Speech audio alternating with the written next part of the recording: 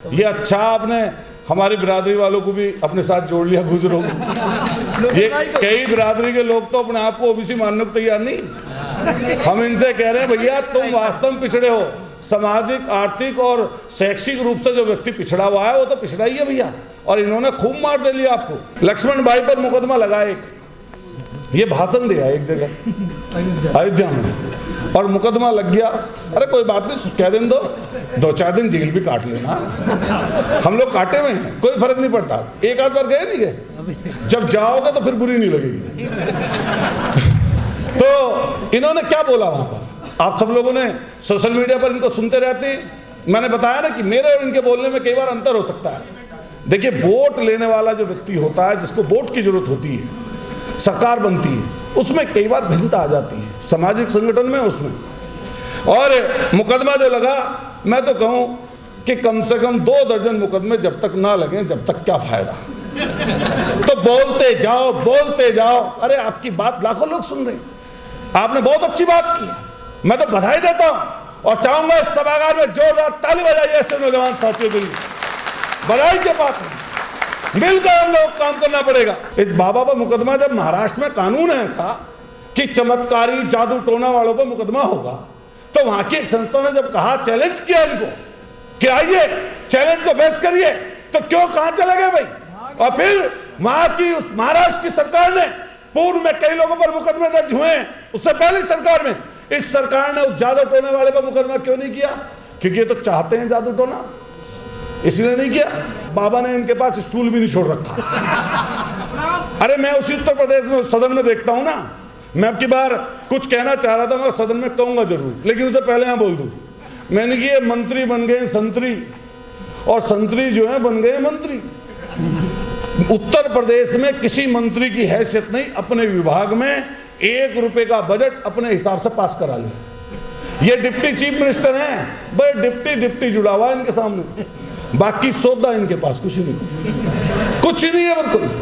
एक बस लास्ट बात कहते हुए आपको मैं बधाई दूंगा कि आपने महाराष्ट्र में जो वे दंगे उतरे थे सड़कों पे, जी। अरे पहले ही इतना माल खा रहे हो, उसे तो पचा लो पहले। कह रही है जो इन्हें 27% मिल रहा है इसको और खत्म करो, जो 21% मिल रहा है इसे और खत्म। इनकी साजिश क्या है? इनकी साजिश ये, संस्थानों पहले इनका कब्जा है। मान लिया ये जो आरक्षण के आर्थिक आधार पर कहते हैं, फिर तो एक सीट नहीं मिलने की आपको। जब ये आरक्षण होते होते किसी को प्रोफेसर नहीं बनने देते, आरक्षण होते होते किसी को वाइस चांसलर नहीं बनने देते, जब ये होते होते आरक्षण उसको लागू नहीं करने देते, कहीं बैठ लोग नहीं निकालते। अरे दिल्ली पुलिस में सिपाहियों की संख्या, आप साथी बैठे हैं, अभी निकाल कर देख लेना, अगर ओबीसी लोगों को 8% का आरक्षण भी नहीं दिया, यह हालत है इनकी।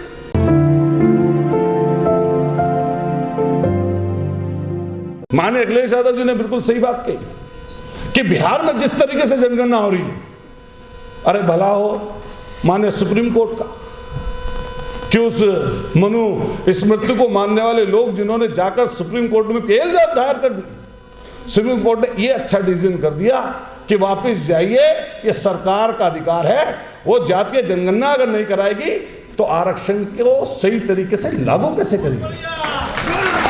ये तो बात अच्छी कह दी। ये बेशक बात इसलिए बोली कि इनकी ऊपर लड़ाई चल रही है बहुत, रोज लड़ाई टीवी पर अखबार में, रिज्जू कुछ कह रहे हैं, प्रधानमंत्री जी कुछ कह रहे हैं। प्रधानमंत्री जी कह रहे हैं कि वो सुप्रीम कोर्ट के मुख्य न्यायाधीश ने बड़ा अच्छा काम किया, रिज्जू रोज गाली दे रहे हैं। ये गाली इसलिए दे रहे हैं कि प्रेशर बनाते हैं, डराते हैं, लालच देते हैं।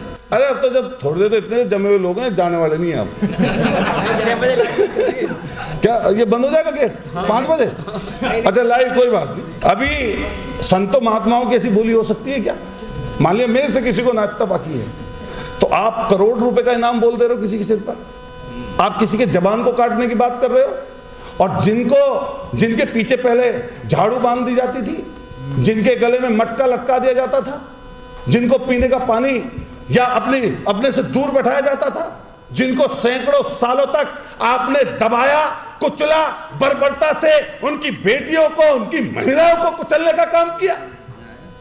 अरे इससे आगे की बात बोलूंगा तो शर्मसार हो जाएंगे हम सब लोग। किस तरीके से हमारी महिलाओं को, हमारी बहनों को पूर्व में किस तरीके से वेशभूषा में रहने के लिए विवश किया जाता था, आज के उसके ऊपर क्यों नहीं बात करता? एक बात उन्होंने बोल दी तो उसके ऊपर चर्चाएं गर्म है। मैंने कई जगह कई मौकों पर कहा, एक पत्रकार साथी मेरे से कल इंटरव्यू लेने आए, मैंने कहा पार्टी का प्रवक्ता नहीं हूं, उन्होंने कहा एक दो विषयों पर बात रख दीजिए, लोकल की बात रखी और बाद में फिर इसी बात पर आगे स्वयं प्रसाद मौर्य जी।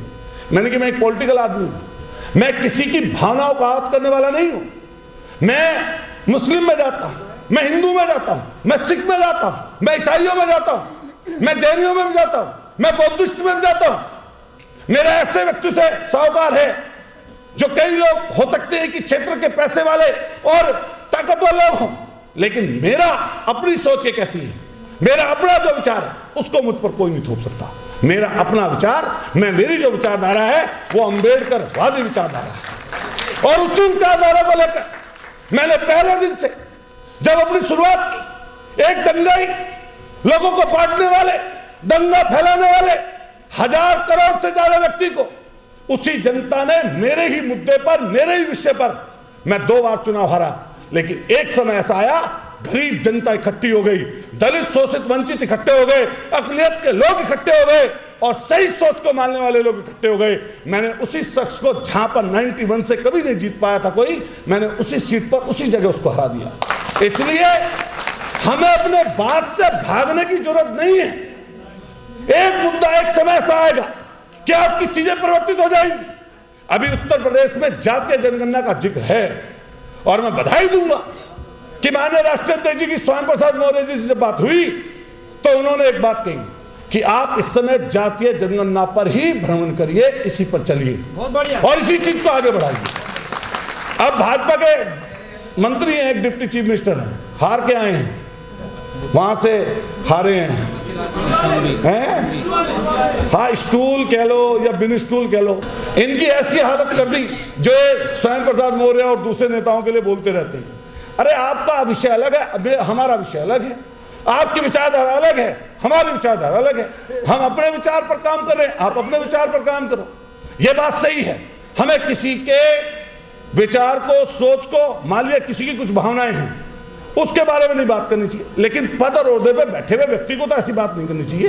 अरे प्रधानमंत्री जी जब दिशा देने का काम कर रहे हो तो आप दिशा इस चीज की दीजिए ना कि इसका बाबा का क्या हो। देखो सोशल मीडिया का भैया मामला है, किसी ने अडानी की फोटो जब से उसके 4 लाख करोड़ गायब हुए मेन स्ट्रीम मीडिया पर देखी, पर आपके वाले चैनलों पर ऐसी बत्तीसी उखाड़ी है उसकी, ऐसा दिमाग ठीक करा हिंदुस्तान के प्रत्येक आदमी पे।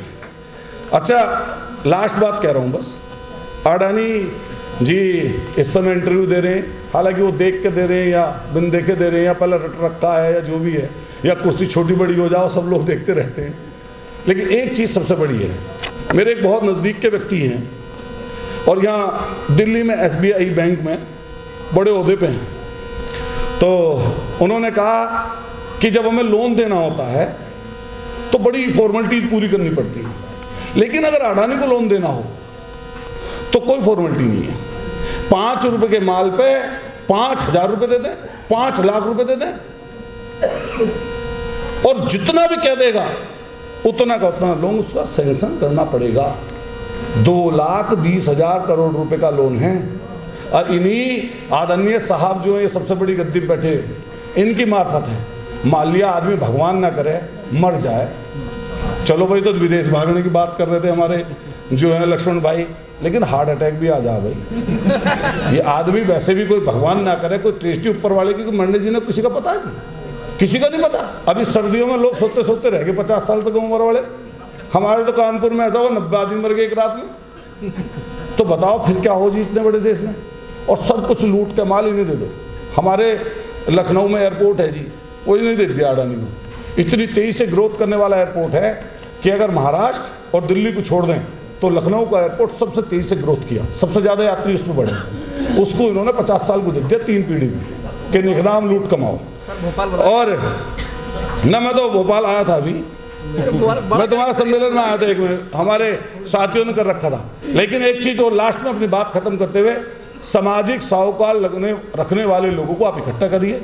देखिए सबसे पहले आपको अपनी बात कहने के लिए सामने संख्या भी बैठानी जरूरी है। कई बार जैसे हम लोग कई बार ये कहते हैं कि जैसे मान लिया आपने लक्ष्मण भाई ने ये वाली बात बोली, सोशल मीडिया के माध्यम से लोग सुनेंगे, लेकिन मान लिया कहीं पर 1 लाख की आबादी इकट्ठी है, तो 1 लाख की आबादी अगर इकट्ठी है और उसमें आपकी ये स्पीच सबकी हो, तो वो 1 लाख लोग, करोड़ों लोगों तक वो बात पहुंचा देंगे। लेकिन ये कब होता है? जब कोई जनाधारी और क्षेत्रीय, देखो उत्तर प्रदेश और देश में अलग अलग क्षेत्रों में लोग बटे हुए हैं, अगर आप क्षेत्रीय नेताओं को भी अपने संग जोड़ेंगे इस संगठन में और उसको इकट्ठा करेंगे और एक छतरी बनाएंगे, तो आपको ज्यादा लोगों तक बात पहुंचाने का मौका मिलेगा। राजकुमार सैनी जी बैठे हैं, इन्होंने बहुत पंगा लिया, इन्होंने बहुत पंगा ले रखा है, लेकिन पंगे से डरते मालिक है नहीं। ऐसे हम लोग भी हैं, कितना ही बड़ा कर लो ये। हमने तो कहा तुम परमानेंट अगर हम जैसे आदमी को जेल में रखो, हमारा दिमाग बदल के दिखा दो, हम मानने वाले। कैसे बदल दोगे भाई दिमाग? भाई लालच और डर, दो ही तो चीजें हैं, ना डर है ना लालच, तो भैया कौन जो है तुम्हारे विचार से वो हो जाएगा। खैर, मैं अपनी बात को खत्म करता हूँ। आपका सबका धन्यवाद। और महाराष्ट्र में तो आप कर ही रहे हो, हम लोग भी जल्दी उत्तर प्रदेश में, जब कोई आप कहोगे कहीं पर आदमी इकट्ठे करने पड़े ज़्यादा, तो हम लोग पश्चिमी उत्तर प्रदेश में जहाँ मौका मिलेगा, गन्ने के क्षेत्र के हम रहने वाले हैं, जहाँ आप मौके के लिए कहोगे हम लोग भी बड़े प्रोग्राम करके आप लोगों को बुलाएंगे। आप अपने संगठन को वहाँ रखना। मैं अपनी तरफ से और अपने साथियों की तरफ से आपको धन्यवाद देता हूँ। सारे ओबीसी के जो अपने एकता हमारे सब राज्य के आए हुए लोगों का, और आप लोगों ने इतनी देर तक बात सुन ली, इसके लिए बहुत बहुत धन्यवाद। जाइए मत ना, एक हमारे वो बैठे हैं, हाँ पार्लियामेंट मेंबर बैठे हैं, तो मैं भी पूरा उनको सुनकर जाऊंगा। हालांकि बोलना इतना नहीं था, जब लक्ष्मण भाई बोल गए तो मैं सोच रहा था मैं बोल लूँ क्या। तो खैर बहुत बहुत धन्यवाद। जोर से बोलिए जय भीम, जय फूले, जय भीम, जय फूले। जोर से मुट्ठी बंद करके बोल दो, हाथ करके हाथ उठा के बोल दो, जय भीम, जय भीम। बहुत बहुत शुक्रिया, धन्यवाद। इंकलाब जिंदाबाद, धन्यवाद, शुक्रिया।